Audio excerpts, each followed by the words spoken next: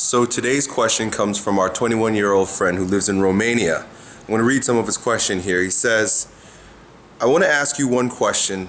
How did you start changing your belief system and turning your life around, finding what you love to do? He goes on to say that he's in college, that he doesn't want to be in college, but he's there because he promised his parents he would finish. He's been single without a girlfriend for about a year now. He has no job. Self-esteem is kind of low. I think I see here somewhere that he said he played basketball at some point. But anyway, he's not satisfied. And his question is, when you have so many things around you, where do you start? Meaning so many different responsibilities, school, parents, so on and so forth. Just need to get a job and whatnot. Education, love, life, money, jobs.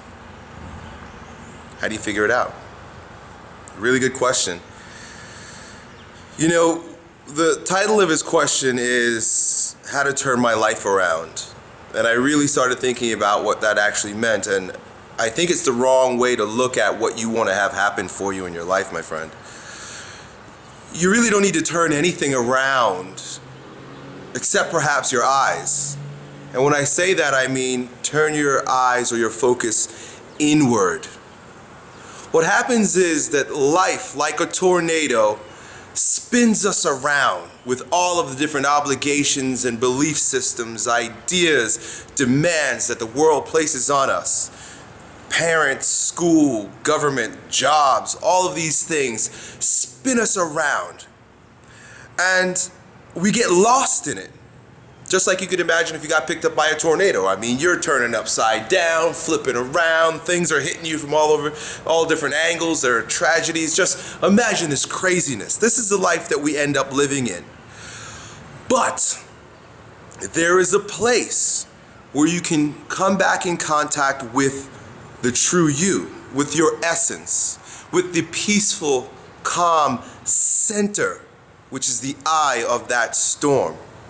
Do you see? And from that place, using that same metaphor, that place of the peace, calm center eye of that storm, interesting that they call it the eye, because from that place you can see, because you're stepping back and you can see the whirlwind of school and basketball and girlfriends and jobs and parents and grades spinning all around you as you stand firm in your place of solitude, of peace, of non-movement. You're being unmoved. You're just watching.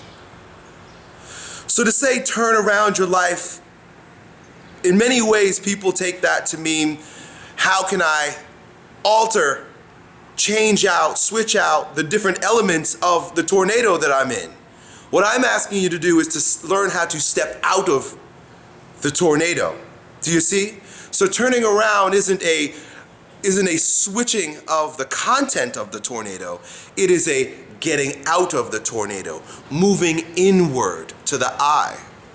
Very different also, of course I'm being very poetic with this metaphor, very different also than stepping out of the tornado completely. Stepping out of the tornado completely would mean that you're not in the eye, you're separate from the tornado and the tornado is doing its thing.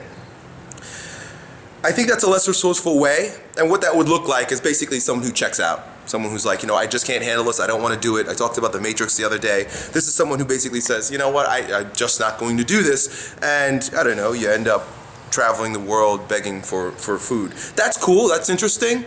I think it's a little bit of a cop-out, because if we learn how to navigate that tornado, just imagine how much more powerful you are as a human being, because there are all the elements. I mean, they're good, they're cool things. Making money is cool, having a girlfriend is cool, pleasing your parents is cool, getting good grades is cool. Those are all cool fucking things. You don't have to put those things away. You don't have to get away from those things and step out of the tornado. You gotta step deeper into the whirlwind of your life. So that all sounds well and good, right? Practically, what the hell does that look like, Elliot? I'll give you what works for me, but I will also give you a few different ideas that might support you wherever you are, because we're all very different. There's no one road to the kingdom. There are many roads. And the road that works best for me, every single morning when I get to my gym before I make these videos, I request that the guys that work at my gym give me space between 9 a.m. and 1 p.m. And during that time, I spend a significant portion of it stretching my body, breathing, and meditating. This works best for me because I have a very tense muscular system, and that's why I talk about things like bioenergetics. When I relax my muscular system, when I stretch, when I breathe, my energy is grounded, I'm focused, I'm in the moment with the activity that I'm doing.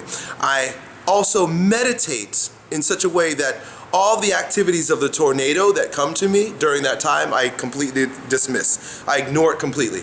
I don't let it distract me from that moment of meditation. That's my form of meditation. That's how I meditate. I'm asking you to meditate. It's an active form of meditation, very similar to yoga. I call it bioenergetics. There's a lot of deep breathing. This works for me. I'm a body person.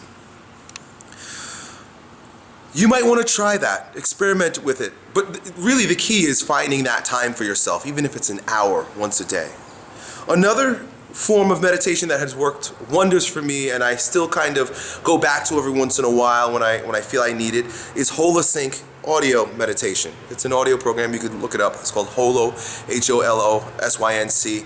Man, the first time I used it, it felt like I was so astonished at the fact that I didn't have butterflies in my stomach. Let me put it that way. I didn't have anxiety in my belly. Right? And I was shocked what the hell happened. And it was 2 weeks after using these this Holosync CD.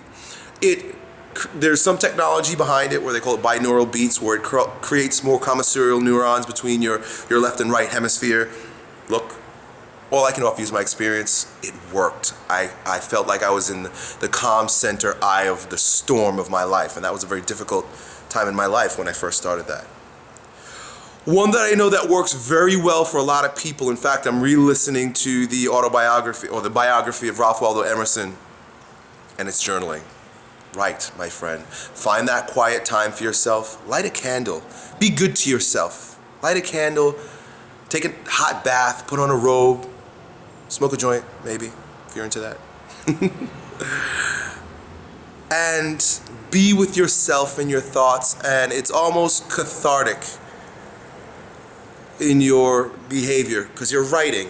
So you're literally letting the abstract, the word, become the flesh, if you will. You're letting the abstract purge its way through your body, and you write, and you just write this journal. You write about what happened that day, the things you thought about, the things that you're dreaming about, so on and so forth. Really what you're doing is you're getting in touch with that part of you where thoughts arise. See, thoughts are one of those things in the tornado, and if thoughts are throwing us around, right?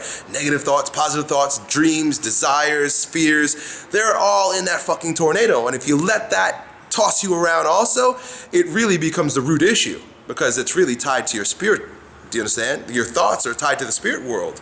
They're tangible in that they affect your physiology, right? Just think fearful thoughts. You're not going to breathe. And they're spiritual in that they're completely abstract. They are nothing thoughts. But they can fuck you up. Get in touch with your thoughts.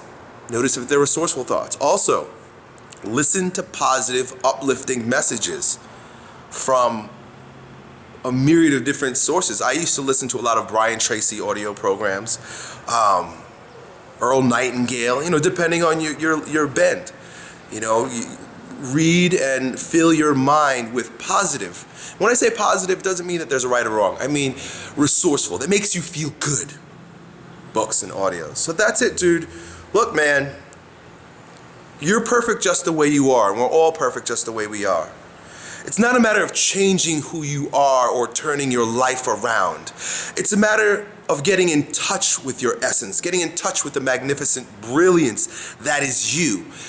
Appreciating, respecting that, and then letting that guide your life. When I say find what you love and live on your own terms, it's less of an activity, it's less of a outward activity and more of a inward journey of self-discovery, and then letting that self, as you discover it, as pieces of it emerge and you learn more about yourself, because really self-exploration, self-discovery is the most important part of this entire thing. You let it guide you, and that's what I've done, and that's what I invite you guys to do. Done. I hope that helps.